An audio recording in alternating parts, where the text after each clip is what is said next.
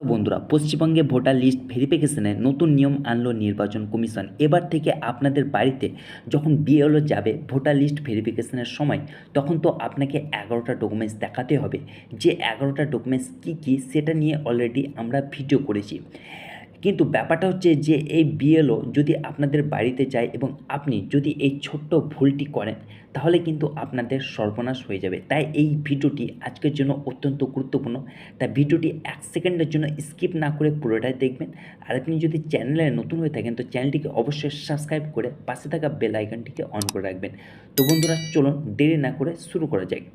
বন্ধুরা, বিহার মডেলের আদলে পশ্চিমবঙ্গে শুরু হতে চলেছে ভোটার তালিকা, অর্থাৎ স্পেশাল ইন্টেনসিভ রিভিশন, যেটাকে বলা হয় এসআইআর। প্রেসিডেন্সি বিভাগের 6টি জেলার বুথ লেভেল অফিসারদের প্রশিক্ষণে জানানো হয়েছে যে আগস্টের প্রথম সপ্তাহে থেকে বাড়িতে বাড়িতে গিয়ে ভোটার যাচাইকরণ এবং সংশোধনের কাজ শুরু হয়ে যাবে।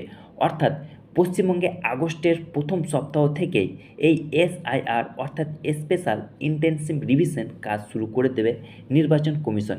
তো একটা ব্যাপার হচ্ছে, এই প্রক্রিয়া একটা নতুন নির্দেশিকা ঘিরে বর্তমানে বিতর্ক দানা বেঁধেছে। নির্দেশিকা অনুযায়ী কোন বাড়িতে 4বার গিয়েও যদি সংশ্লিষ্ট ভোটারের খোঁজ না মেলে, তাহলে সেক্ষেত্রে খসড়া তালিকা থেকে নাম বাদ দেওয়া হতে পারে সেই ভোটারের অথবা সেই পরিবারের।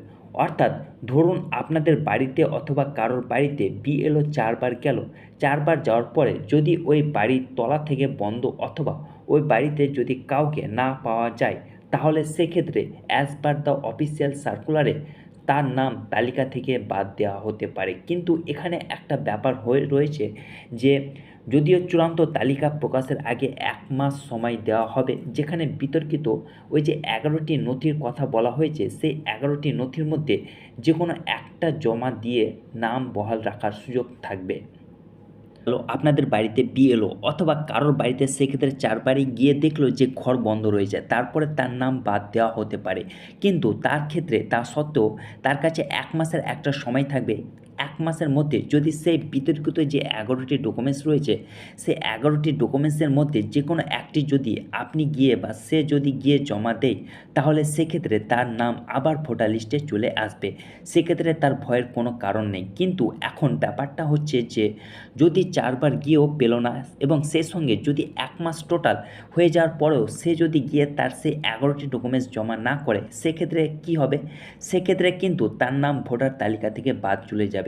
2002 সালে ভোটার তালিকায় নাম থাকলে কিছুটা ছাড় মিলতে পারে। দেখুন, এক্ষেত্রে বিহারের স্পেশাল ইন্টেনসিভ রিভিশন হয়েছিল 2003 সালে। তো সেক্ষেত্রে বিহারের যে 2003 সালের ভোটার লিস্টটি রয়েছে, সেক্ষেত্রে যাদের যাদের নাম রয়েছে তাদের ক্ষেত্রে আর কোনো ডকুমেন্টস দিতে হচ্ছে না। এবার এই এসআইআর করা হচ্ছে সেই এসআইআর ভিত্তিতে। তো সেক্ষেত্রে আমরা যদি ধরে নেই, তাহলে পশ্চিমবঙ্গের শেষ এসআইআর হয়েছিল 2002 সালে এবং এই কারণে 2002 সালের যে পুরনো ভোটার লিস্ট রয়েছে, সেই ভোটার লিস্ট তাদের বা 11টি জেলার ভোটার লিস্ট বর্তমানে আপলোড করে দিয়েছে নির্বাচন কমিশন তাদের ওয়েবসাইটে। তো সেক্ষেত্রে যাদের নাম সেই ভোটার লিস্টে ইনক্লুডেড রয়েছে, তাদেরকে নিজেদেরকে পরিচয়পত্র এবং নিজেদের সপক্ষে কোনো রকমের ডকুমেন্টস দিতে হবে না, তারা অলরেডি ইনক্লুডেড থাকবে। 2002 সালের যে ভোটার লিস্ট রয়েছে সেটা সেম অ্যাজ ইট ইজ থাকবে। তারপরে 2002 এর পরে যারা যারা ইনক্লুডেড রয়েছে তাদের ক্ষেত্রেই কিন্তু এই ডকুমেন্টস দিতে হতে পারে, এমনটাই কিন্তু মনে করা হচ্ছে। তার কারণ বিহারের ক্ষেত্রেও ঠিক সেম হয়েছিল। বিহারে 2003, কারণ বিহারে এসআইআর হয়েছিল 2003 সালে এবং পশ্চিমবঙ্গের ক্ষেত্রে 2002, কারণ পশ্চিমবঙ্গে লাস্ট এসআইআর হয়েছিল 2002 সালে। এই এসআইআর পদ্ধতি নিয়ে রাজ্যের শাসক দল তৃণমূল কংগ্রেস তীব্র আপত্তি জানিয়েছে, যেখানে বিজেপির অভিযোগ যে এই পদক্ষেপের মাধ্যমে বাংলাদেশি এবং রোহিঙ্গাদের তালিকা থেকে বাদ দেওয়া সম্ভব হবে।